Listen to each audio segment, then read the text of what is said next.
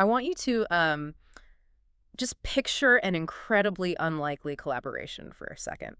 On one side of the room, you have a 19th century German philosopher, you know the one? Yeah, the intense stare. Right, the intense stare, that absolutely magnificent but like slightly terrifying mustache. Yeah, hunched over a desk writing those dense, world-altering treatises. Exactly.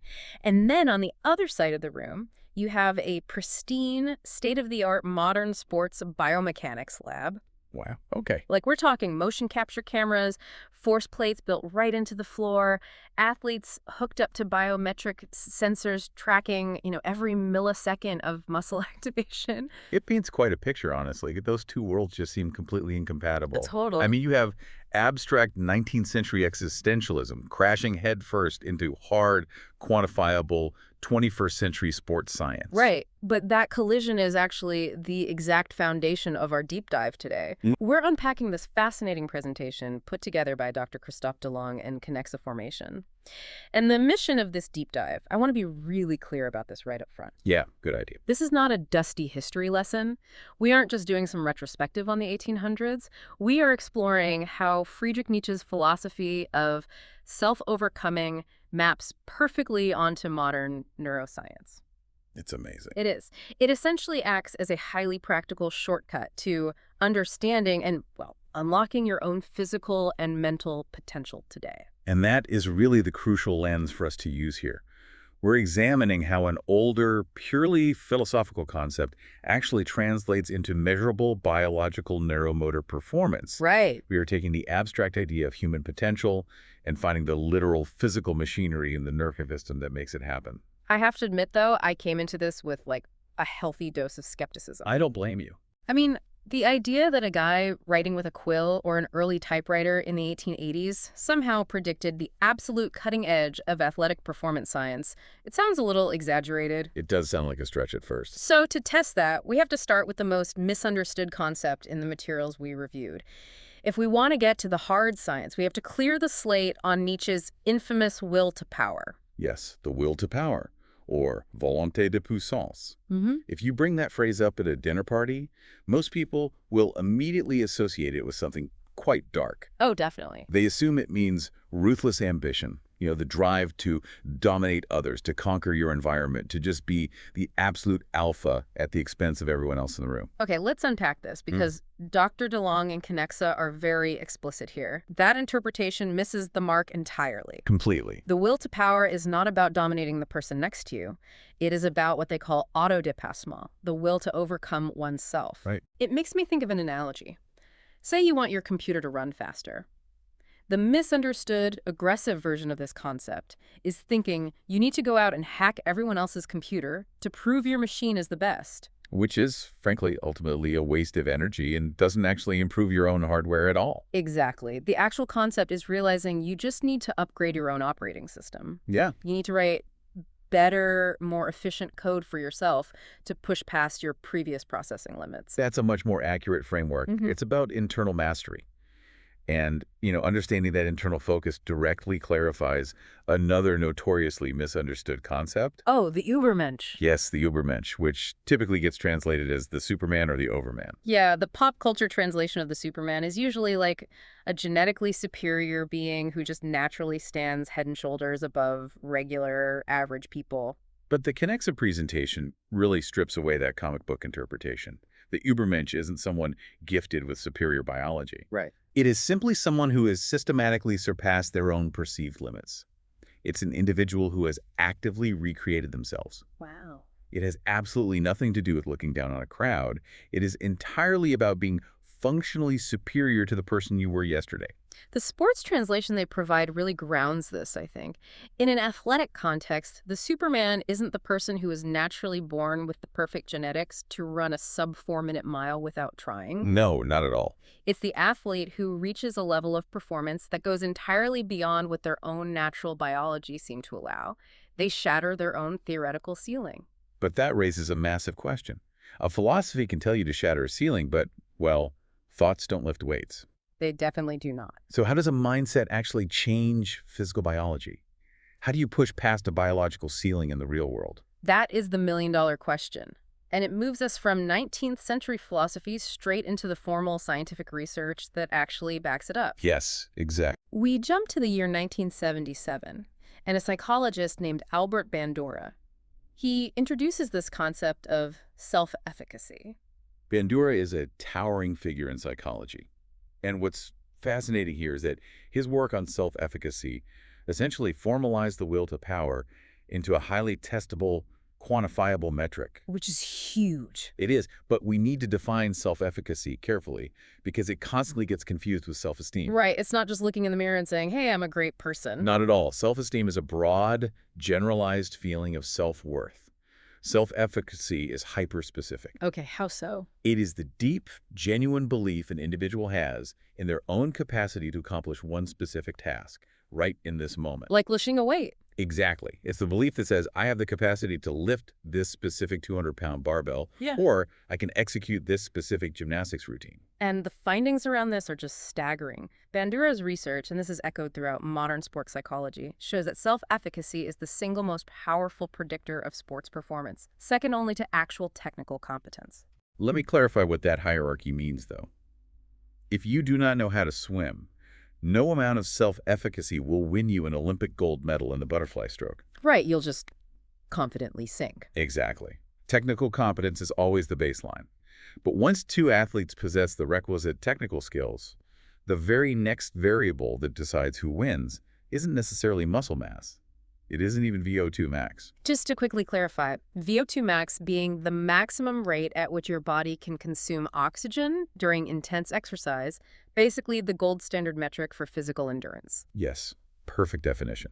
So two athletes can have an identical VO2 max, identical muscle density, and identical training blocks. The one who wins is the one with higher self-efficacy. But how, if my muscles are the exact same size as my opponents, how does my belief that I can win physically translate into a heavier deadlift or a faster sprint? Here's where it gets into the actual mechanism of the nervous system.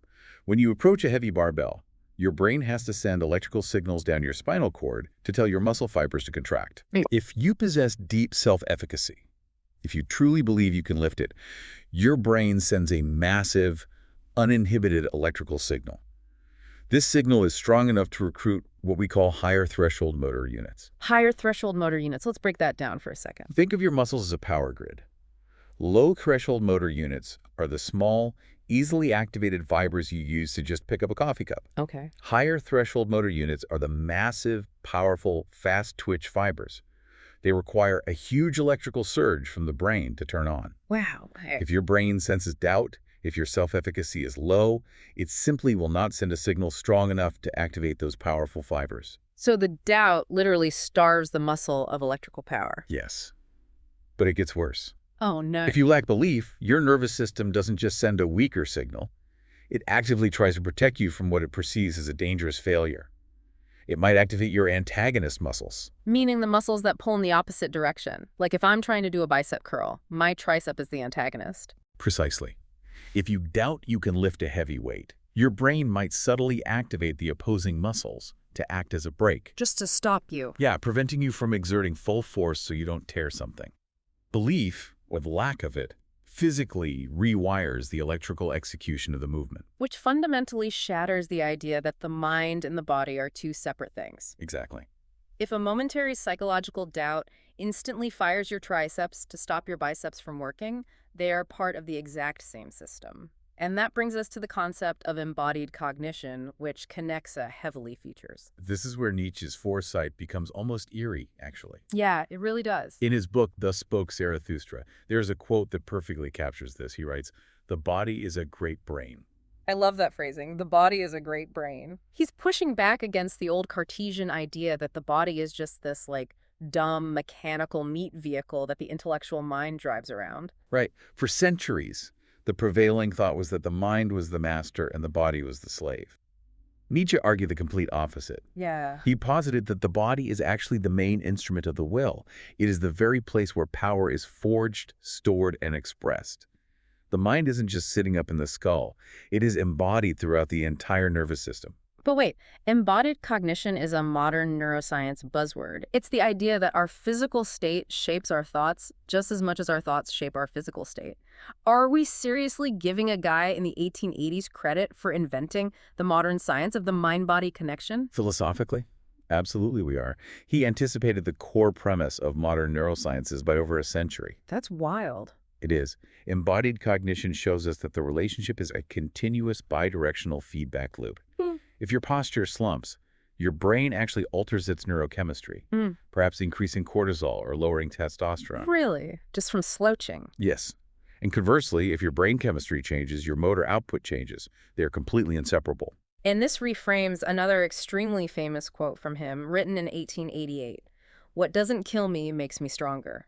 Oh, yes. We've all seen that printed on, a million gym t-shirts and bumper stickers. Usually it's just a cliche about surviving a tough day. But in the context of embodied cognition, it's not a metaphor for emotional resilience at all.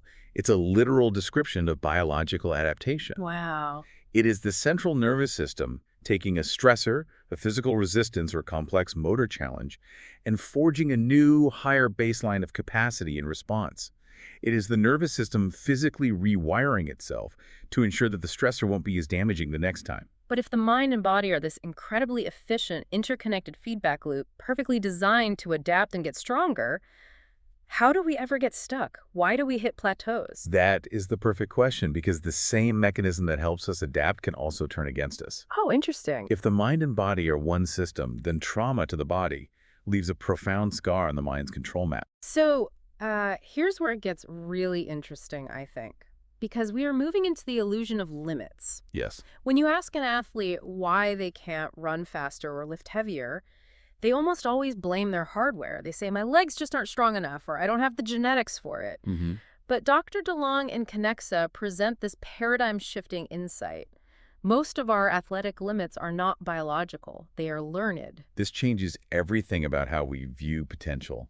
Kinexa provides a very specific medical example to explain this. Imagine an athlete with a quadriceps muscle that simply will not contract to 100% of its physical capability. Okay. The immediate assumption is that the muscle tissue itself is weak or perhaps torn. But the actual diagnosis is something called arthrogenic inhibition. Let's break that word down. Arthro meaning joint, genetic meaning originating from. So an inhibition originating from the joint. Exactly. Let's say this athlete suffered a severe knee injury back in, say, 2018. They went through surgery, they do the physical therapy, and an MRI today shows that the tissue is perfectly healed. 100% back to normal. Right. The joint is structurally sound, but the quadriceps still won't fire at full capacity. So the hardware is completely fixed, but the software is glitching. Because the nervous system remembers the intense pain from 2018.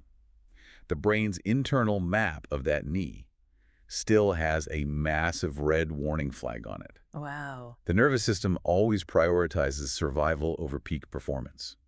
So, to prevent the muscle from generating enough force to potentially damage that joint again, the brain installs a governor.